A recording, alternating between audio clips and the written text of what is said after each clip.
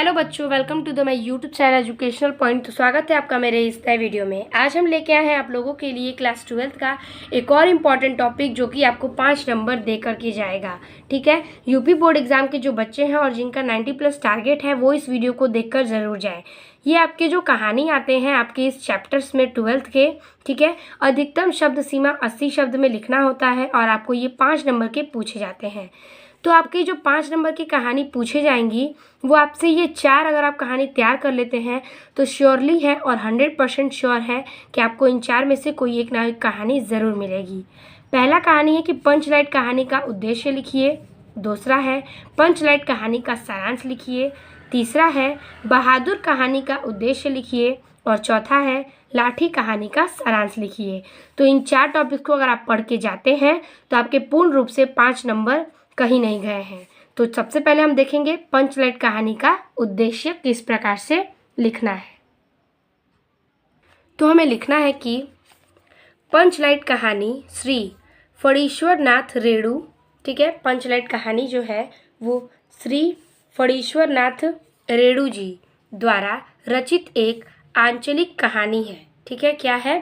पंचलाइट कहानी एक फणीश्वर नाथ रेणु जी द्वारा रचित एक आंचलिक कहानी है जिसमें रेणु जी ने ग्रामीण परिवेश को अत्यंत सुंदरता के साथ उभारा है। वो क्या किया है? ग्रामीण के जो परिवेश है, वहाँ के जो लोग हैं, उसको अत्यंत सुंदरता में उभारा है। ठीक है, फिर आगे है कि गांव के लोग जाति के आधार पर, ठीक है, आगे आप लिखेंगे इस प्रकार से कि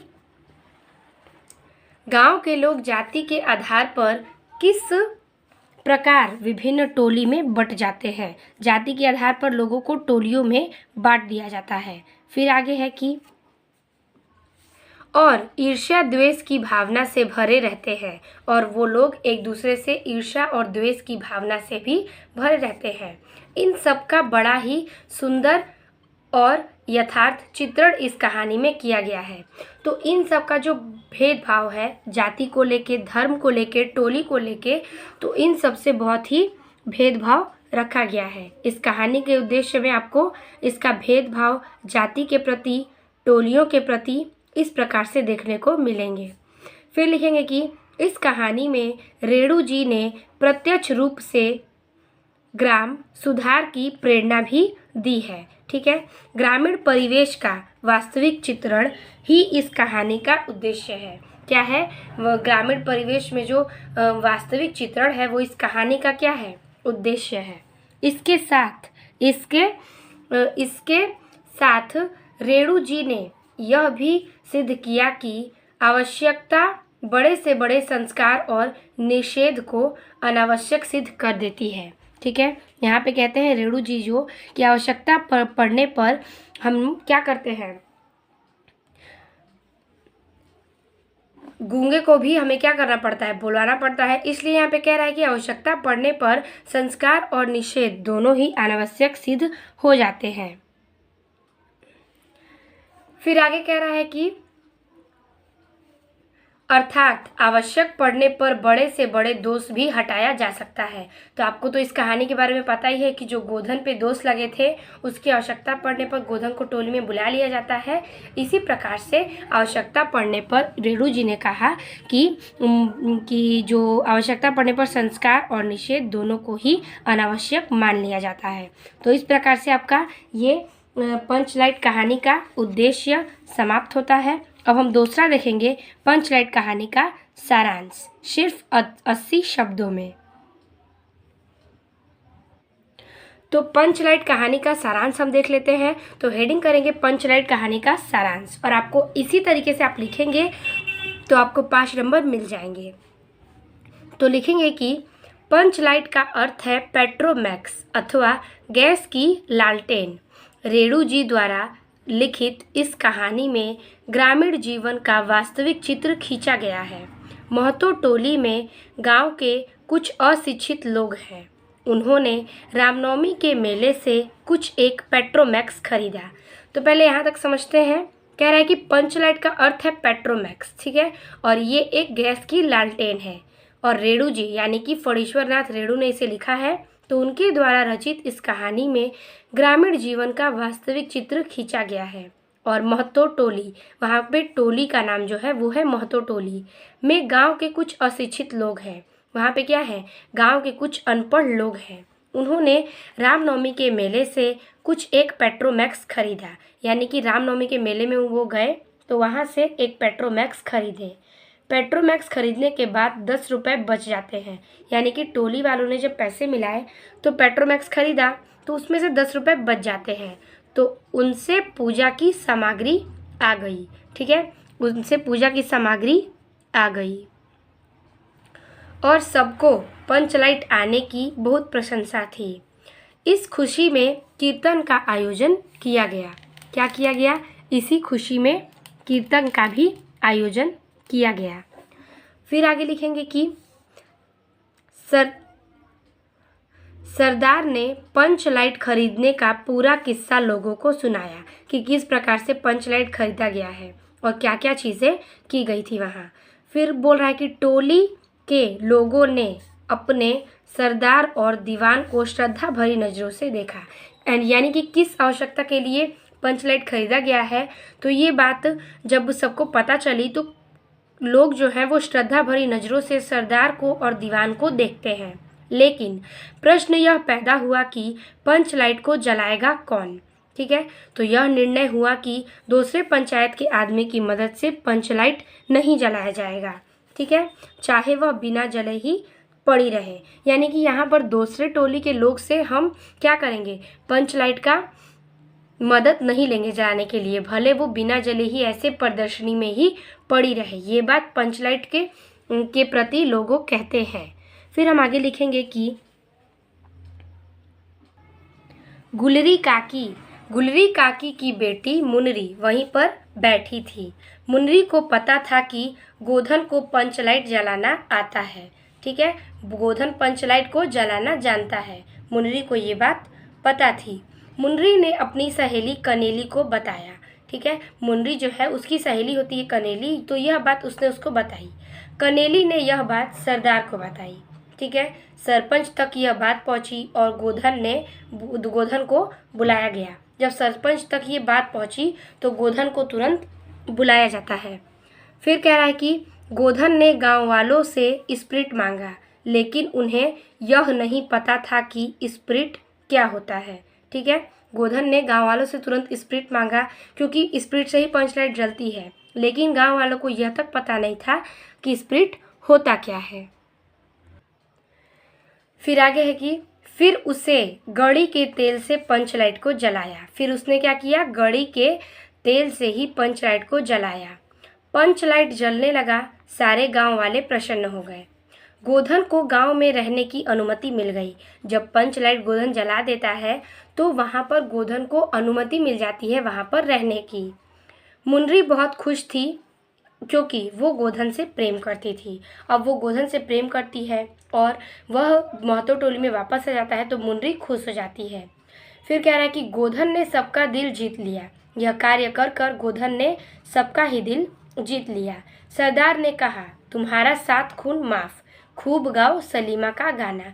क्योंकि जो गोधन है उसे सलीमा का गाना गाता था, इसलिए उसे महतो टोली से निकाल दिया गया था। लेकिन यहाँ पर सरदार ने कहते हैं कि तुम्हारा 7 खून माफ, अब तुम जाके अपना सलीमा का गाना गा सकते हो। तो ये था आपका पूरे पंचलाइट का सारांश।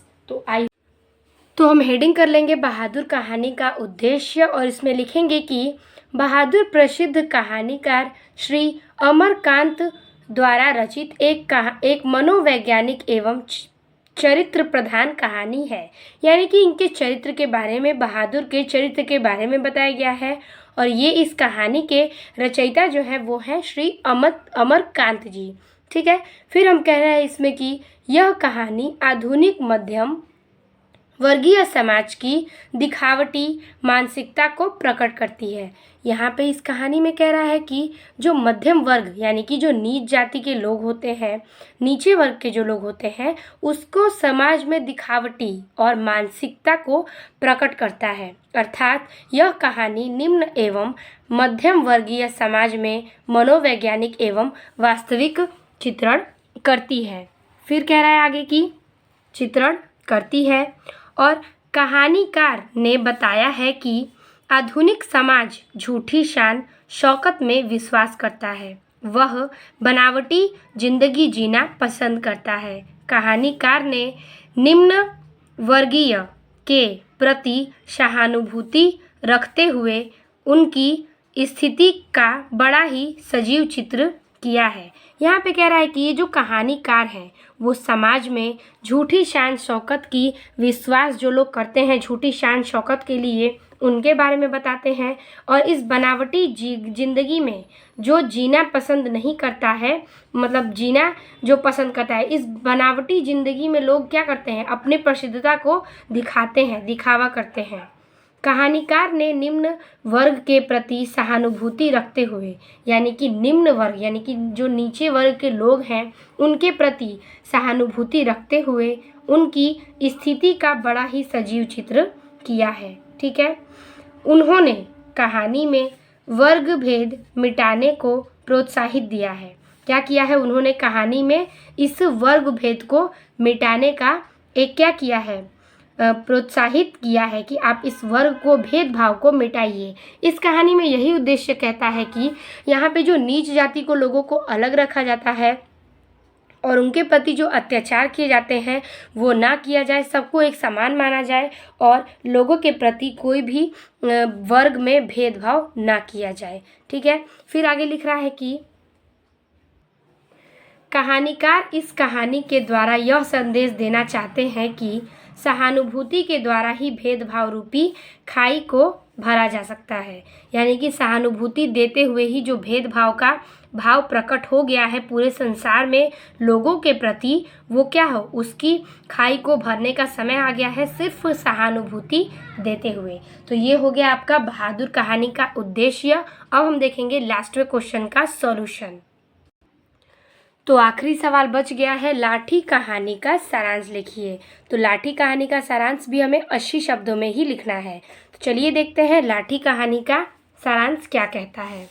इसमें हम लिखेंगे इस प्रकार से कि हेडिंग कर लेंगे लाठी कहानी का सारांश और लिखेंगे कि लाठी कहानी की लेखिका प्रसिद्ध कहानीकार शिवानी जी हैं। यानी कि इसकी जो लेखिका है वो एक शिवानी जी हैं, इनका नाम है, यही इनकी रचना की है इन्होंने इस कहानी में कप्तान जोशी का वर्णन किया है। ठीक है। यहाँ पर एक कप्तान जोशी हैं और इन्होंने इस कहानी में कप्तान जोशी को रखा है, इनके कहानी के बारे में ही इन्होंने वर्णन किया।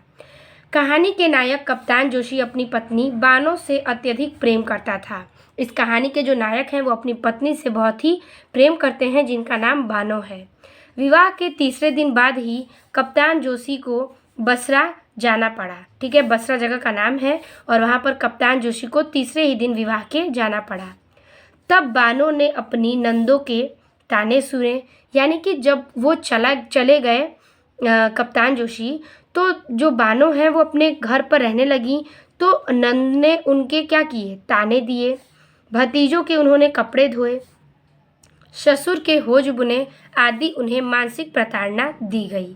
यहाँ पे कह रहा है कि इस पत्नी के बारे में इनकी, कि यहाँ पर जो अगर वो चले जाते हैं तो इनकी जो ननद होती हैं वो सताती हैं, अपने बच्चों के कपड़े धुलाती हैं और अपने वो जो ससुर हैं उनके होज बुनती हैं।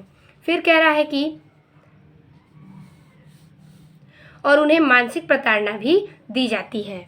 फिर कह रहा है कि उसके पति जापानियों द्वारा कैद कर लिए गए हैं। तब उनके बाद उन्हें खबर पता चलती है कि उनके जो पति हैं उन्हें जापानियों ने कैद कर लिया है और वह अब कभी नहीं आएंगे। और ये भी कहा जाता है कि जापानियों द्वारा अगर वो कैद कर लिए गए हैं तो अब वह कभी नहीं आ पाएंगे। और वह क्या कहा जाता है, इन सब कारणों से निरंतर वह घुटती रहती हैं। क्या करती हैं, इन सब कारणों से वह निरंतर घुटती रहती है। फिर बानो धीरे धीरे ऐसे ही कुछ समय बाद वह क्षय रोग से पीड़ित हो जाती है और चारपाई पकड़ लेती है। यहाँ पे क्या होता है बानो के साथ कि वो क्षय रोग से पीड़ित हो जाती है धीरे धीरे मानसिक प्रताड़ना देने के कारण, और फिर वह चारपाई पकड़ लेती है। फिर आगे हम लिखेंगे कि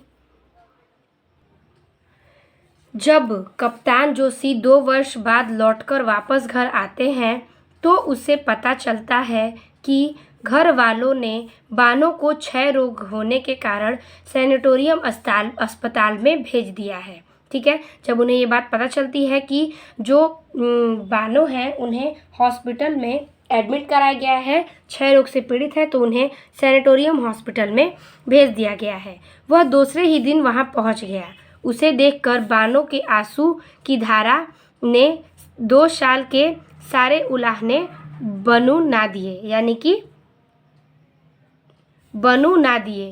कि 2 साल से जो उनके आंसू की लहरें हैं वो सारे उलाहने बुना दिए।